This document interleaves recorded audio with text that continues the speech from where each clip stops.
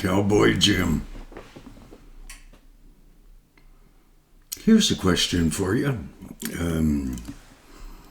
It's kind of a statement, and then I'll pose a few questions. Statement. But for the grace of God, there go I. What does that mean to you? What does that entail, encompass? I just finished watching Denzel Washington. Oh my. He's not Old Vic. 96, remember Old Vic. But Denzel Washington is my hero. McConaughey. He is my hero. I just finished watching their videos on Jesus. And at the end of which my heart was lifted. I felt better, in part, about myself, but more importantly, in great part, in complete part, whole part, I felt better about my intentions. I hope that you will seriously contemplate, think about, but for the grace of God, there go I. I have a particular affinity, a pleasant attitude towards those who hurt. Because in the hurt, I'm having experienced a little hurt myself. I believe that hurt has led me to have a greater understanding, perhaps appreciation for those and what they're going through, that will take a strong person, male, female, doesn't matter, and affect their knees. I just finished a video on my knee.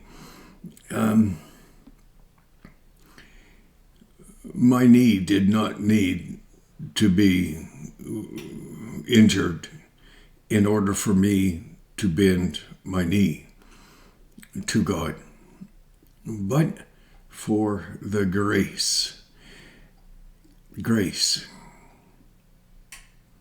a gift not earned by me,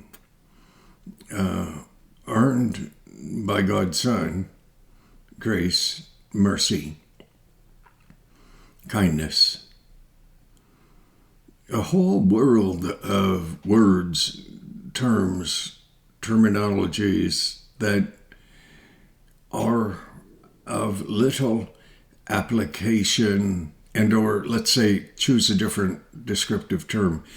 Very little are they appreciated, but their need for their application and fulfillment, and kind of like turning a dog loose that's been tied up so long, and that dog just wants to run, race. One of my favorite songs is Run, Maggie, Run. A great songwriter and singer from the South, compared to Fort Mac, anyways, from the South. Chris Stapleton. I was going to say Chris Christopherson. He too is my hero. But Chris Stapleton, and I sing every day every time I turn my laptop on, almost every time, top left-hand corner,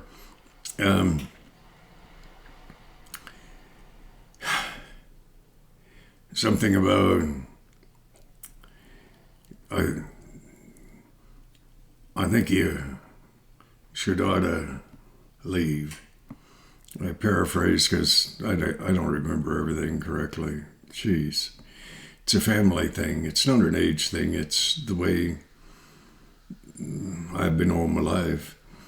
And I think of the joy that I have been given.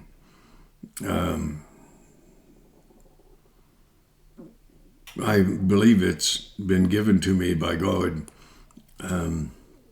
exemplified by my ancestors who walked near to God.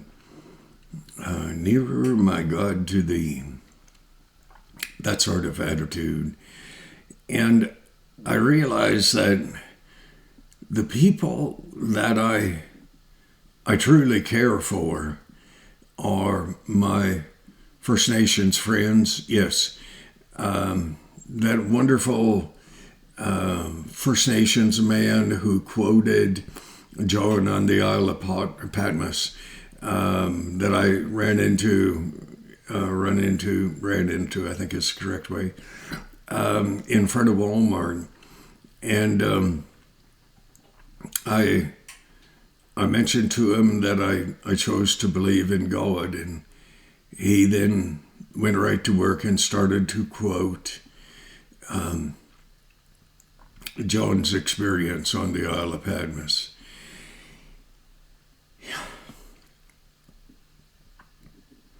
The wonderful gentleman in front of a K-type gas station here in Fort Mac, over on Confed Way, and he had asked if I had a couple of bucks, and I said, yes, I do. And I looked at him, and I was not meaning anything by my look. I was just looking at him. And he said, all right. I want to buy a bottle. And I said, I'll buy that for you.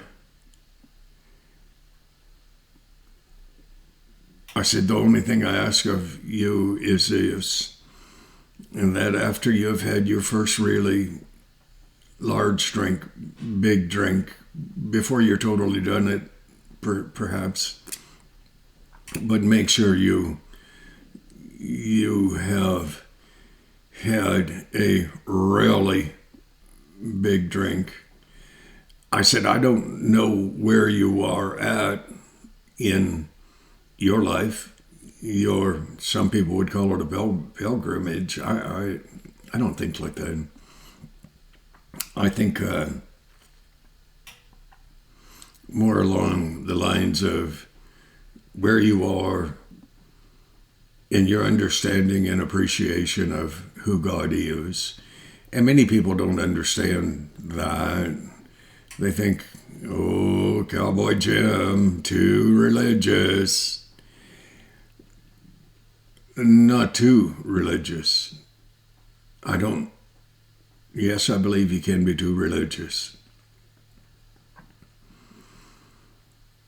I think of people who suffer from an attack of Satan that is called hypocrisy. I think that is too religious. I think that narcissism is too religious. It's thinking of yourself as being God, your own God. And I realize when I drive downtown Fort Mac and I see people, and some of whom know me. They may not really, they don't know me per se, I personally, I'm just learning to know me myself. And I have some help in that department. I've mentioned two people who have so affected my life. One, my cousin Joan, two, the most beautiful woman in the world. And these people have helped me become capable of understanding what being happy is about, of which I knew not. I was not morose. I was not sad all the time. I had been sad much of the time, perhaps. But in this process of time, I have learned to never look at another from the standpoint of, I have arrived. If you worked harder, you could be more like me. You don't want to be more like me. I don't want to be like me, but I want to be like the one who God is still working on, that is me. And I want to know beyond shadow of doubt that I have purpose, and my purpose is to reach out and touch someone's heart, to build someone up, not to put them down. I can, physically. But were I a horse trainer, and I'm not, but were I a horse trainer, I would not be breaking horses. I would be enhancing those horses through making of those horses a heart that did not fear me nor man, because horses have an escape mechanism, and they respond when one extends their hand to them, as do some children who have been abused. You extend your hand towards them and the child writhes away from you. A horse will do the same thing, only a horse will escape. And to a place where that horse feels safe. And I escape into a world of safety when I bend my knee. Not that often, children. I should more often get down on my knees. But I speak of being on my knees in my heart. I do believe that God and I both understand the actuality of that. I say again, but for the grace of God, the mercy, the grace of God, there go I, because I know my grave potential to go on a downward spiral. And if I cannot reach out from my own grief, my own agony, my own pain, I will walk and fulfill a really, truly wrong attitude. Last week, I almost loaned my truck. Only time in my lifetime, I believe, that I have ever loaned my wonderful old Dodge to anyone. I wouldn't even loan it to my sons, definitely not my grandchildren. Not because I hold that truck in such high esteem, but I hold that truck in pretty high regard. But I almost loaned it to the most beautiful woman in the world, who she and I are making some very, very short strides. And I'm not always sure that it's headed in the forward direction, but of contemplating the potential of becoming somewhat to be potentially friends with each other. And for me, it is such a great honor.